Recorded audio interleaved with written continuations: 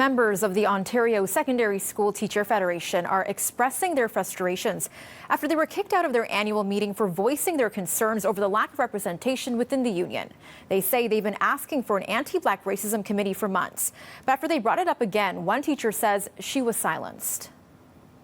Every year we've tried to bring up issues about equity and anti-racism. It's actually gotten progressively worse.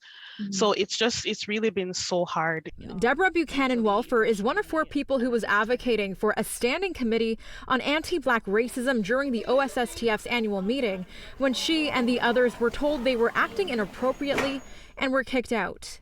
Right now, I'm actually having chest pain. I've been having this pain since the meeting this afternoon from the anxiety. I was crying, and I tried to hold it together, but I even said it, and it's recorded. I said it on camera. I said, I'm trying to hold it together. She says she has been urging the union, which represents over 60,000 education workers, to consider forming a committee that would support Black members and train members on addressing racism for months. But her calls have fallen on deaf ears, continually being put off. The union does not have the will to do the work that's necessary. I mean, we weren't asking for the moon. We were asking for a committee. We weren't asking for anything separate from the membership. Anybody who was removed from the meeting was removed after numerous warnings that they were violating those rules that were set by the organization as a whole through its delegates at its annual meeting. It's unfortunate. It was certainly not our hope. During the meeting, a Black member put forward a motion to create a provincial anti-Black racism advisory committee. Deborah says a provincial executive put forward a motion to remove that motion from debate.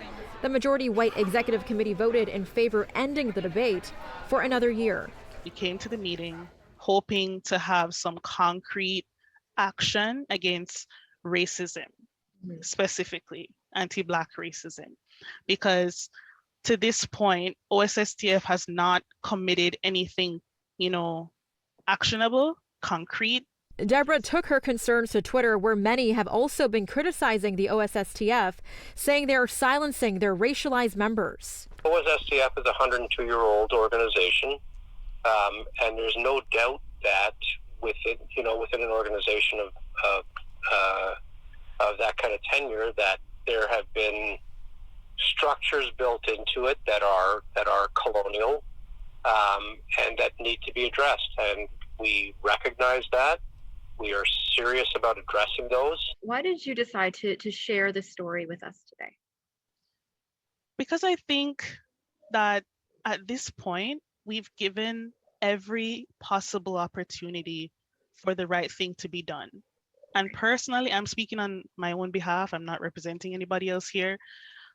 As a Black woman who has, advocated so much for public education, I've advocated for every issue as it pertains to, cuts to education, for equity, for all the things that my union champions. We see them on TV and they're talking about all these wonderful things that, they want from the government and that they want, to be treated with respect. And then they treat me like this.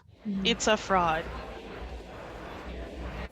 The USSTF says the matter is being referred to a diversity committee for discussion on what an anti-Black racism committee should include.